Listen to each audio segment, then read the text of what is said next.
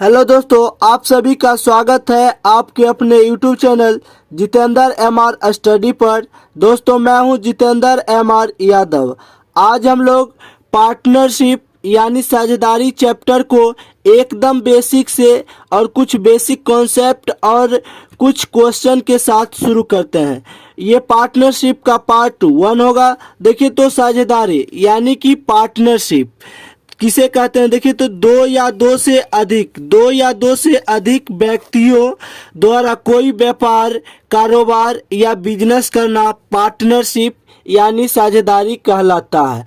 व्यक्ति दो हो या दो से अधिक हो और कोई भी कारोबार व्यापार शुरू करे उसे साझेदारी कहेंगे। देखिए तो साझा दो प्रकार का होता है। पहला है साधारण साझा, जिसे इंग्लिश में सिंपल पार्टनरशिप बोलते हैं। देखिए तो वह साझा जिसमें सभी साझेदारों का समान या असमान धन एक ही समय के लिए लगा होता है, यानी समय सेम रहेगा और धन जो है समान या असमान हो सकता है। देखिए तो यहाँ समय तो सेम रहेगा, यानी कि एक ही समय रहेगा। देखिए तो समय एक ही समय यानी समान रहेगा। समय कैसा रहेगा? समान, सबके लिए समय समान रहेगा। लेकिन ये धन जो है पूंजी, ये अलग अलग हो सकता है। देखिए तो ये अलग अलग हो सकता है, जिसको जितना सक्षम होगा उतना लगा सकता है। दूसरा देखिए तो मिश्र साझा, जिसे कम्प्लेक्स पार्टनरशिप कहते हैं इंग्लिश में।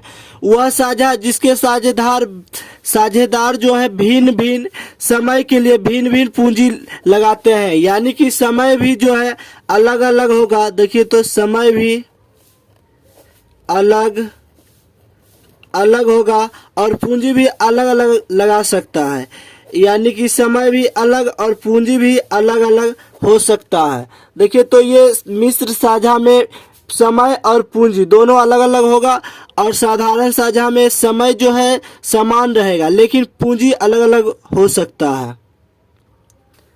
साझेदार भी दो प्रकार के होते हैं। देखिए तो पहला है सक्रिय साझेदार, जिसे इंग्लिश में वर्किंग पार्टनर बोलते हैं। देखिए तो इस सक्रिय साझेदार में मान लीजिए कि कोई व्यक्ति सक्रिय साझेदार है, सक्रिय पार्टनर है, तो देखिए तो पहला काम करेगा, धन लगाएगा। जितना धन लगाएगा और क्या करेगा, देखभाल भी करेगा, यानी कि उसी में काम भी करेगा और धन भी लगाएगा। धन लगाना और देखभाल करना सक्रिय साझेदार का काम है।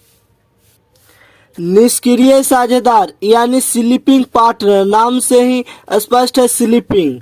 निष्क्रिय साझेदार, देखिए तो ये व्यक्ति धन लगाएगा लेकिन देखभाल नहीं करेगा, काम नहीं करेगा, सिर्फ पूंजी लगाएगा, धन लगाएगा। देखिए तो पूंजी गुना समय बराबर लाभ, पूंजी गुना समय बराबर लाभ होता है।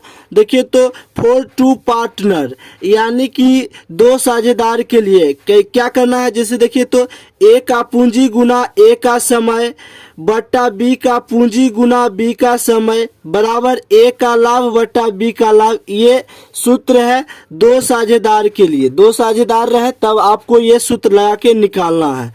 देखिए तो आगे जैसे यहाँ सी, तो सी का मतलब क्या होता है, कैपिटल यानी पूंजी। T for time, time is समय, और P for profit, profit means लाभ। यानी सी जो हो गया, देखिए तो पूंजी, टी हो गया समय और पी हो गया लाभ। ये ऊपर वाले ए के लिए रहेगा और नीचे वाले बी के लिए। ये दो साझेदार दो व्यक्ति के लिए है। देखिए तो four more than two partner, यानी दो से अधिक साझेदार के लिए। जैसे मान लीजिए दो के लिए तो वो सूत्र था, और दो से अधिक के लिए आपको क्या करना है, जैसे 3 व्यक्ति हो या 4 व्यक्ति हो या 5 साझेदार हो, कोई दिक्कत नहीं है, आपको सबके लिख लेना है। जैसे यहाँ देखिए 3 है तो ए बी सी। यहाँ देखिए तो ए का पूंजी गुना ए का समय अनुपात बी का पूंजी गुना बी का समय। फिर आपको क्या करना है, अनुपात सी का पूंजी गुना सी का समय। अगर डी भी रहे तो डी का पूंजी गुना डी का समय। इसी प्रकार आगे भी कर सकते हैं। बेसिक कॉन्सेप्ट के बाद अब हम लोग बेसिक कुछ क्वेश्चन देखते हैं। देखिए तो ए और बी संयुक्त रूप से किसी व्यापार में 5:6 के अनुपात में पूंजी निवेश करते हैं। 8 महीने के बाद ए अपनी पूंजी व्यापार से निकाल लेता है यदि दोनों को 5:9 के अनुपात में लाभ मिलता है तो बताइए कि बी की पूंजी कितने समय के लिए व्यापार में लगाई गई। देखिए तो दो व्यक्ति है, दो साझेदार हैं ए और बी। तो यहाँ क्या करेंगे, पहले लिखेंगे ए बटा बी। अब देखिए तो ए और बी है तो आपको क्या करना है, जैसे लिखना है ए का पूंजी गुना ए का समय बटा बी का पूंजी गुना बी का समय।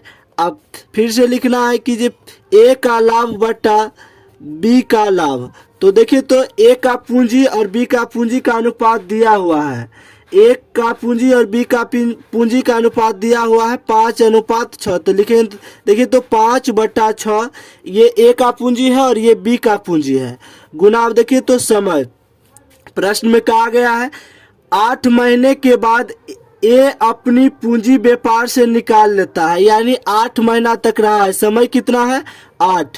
ए जो है पूंजी जो लगाया है 5 और समय 8 महीना तक रहा है।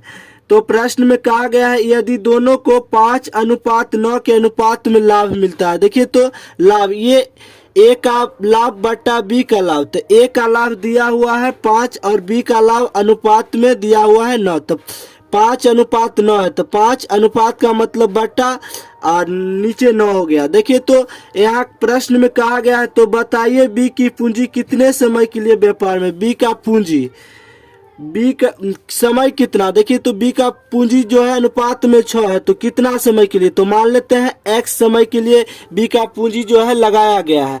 तब आपको क्या करना है, देखिए तो यहाँ बराबर है, बराबर में ऊपर से ऊपर और नीचे से नीचे कट जाता है। जैसे यहाँ देखिए तो 5 से 5 कट गया। यहाँ देखिए तो 3 का टेबल अगर 2 बार पढ़ते हैं तो 6 और 3 का टेबल अगर 3 बार पढ़ते हैं तो 9। तो यहाँ देखिए तो अब क्या करना है 2 गुना x, तो यहाँ 2x हो जाएगा। और यहाँ देखिए तो 8 गुना 3 तो यहाँ 24। जब बराबर रहे तो क्रॉस गुना, तो 2 गुना x किए तो 2x, 8 गुना 3 किए तो 24।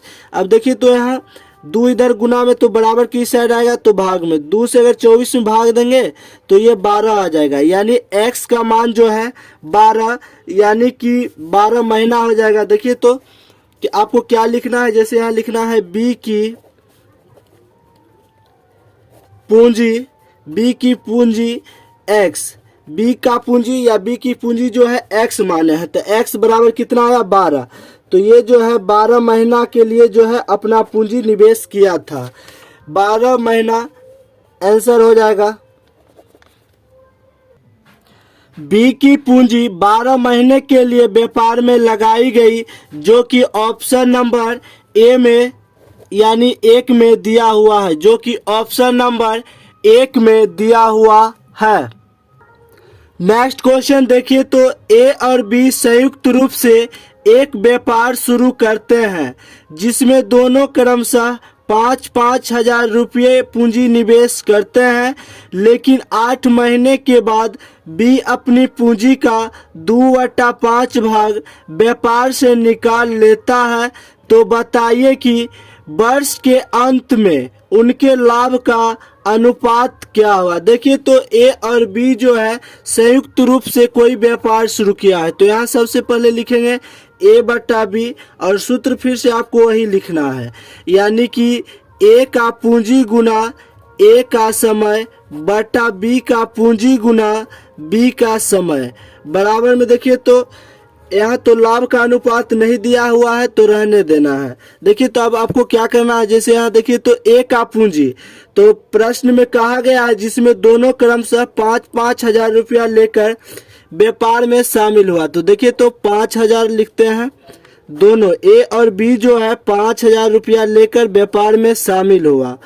और कहा गया है वर्ष के अंत में, वर्ष के अंत में देखिए तो ये जो है वर्ष के अंत, एक वर्ष में 12 महीने होते हैं, ये जो है पूरा समय व्यापार में रहा है, लेकिन किसी कारण बस प्रश्न में कहा गया है कि 5-5 हजार रुपया पूंजी निवेश करते हैं, लेकिन 8 महीने के बाद बी अपनी पूंजी का 2/5 भाग व्यापार से बाहर निकाल लेता है। देखिए तो 5,000 और ये जो है 8 महीना तक पहले रहा है, उसके बाद जो है उसके बाद क्या किया है, 2/5 भाग अपनी पूंजी का। देखिए तो बी कितना लगाया है यहाँ, देखिए तो पहले क्या करते हैं, यहाँ 5,000 है, यहाँ भी 5,000, तो यहाँ 3 जीरो से 3 जीरो कट जाएगा। तो देखिए तो 5 हो गया। अब आपको क्या करना है, जैसे बी अपनी पूंजी का, तो देखिए तो बी अपनी पूंजी का 5, और ये क्या कर रहा है 2/5 भाग बाहर निकाल लेता है। तो देखिए तो 5 से 5 कट गया, यानी 2 बाहर निकाल लेगा, यानी कि जितना 5 अनुपात में 5 पूंजी है जिसमें से 2 बाहर निकाल रहा है, तो बचा कितना, देखिए तो 5 जिसमें से 2 बाहर निकाल रहा है, 5 में से 2 घटाएंगे तो 3, यानी 3 बचा है, शेष जो है 3 बचा।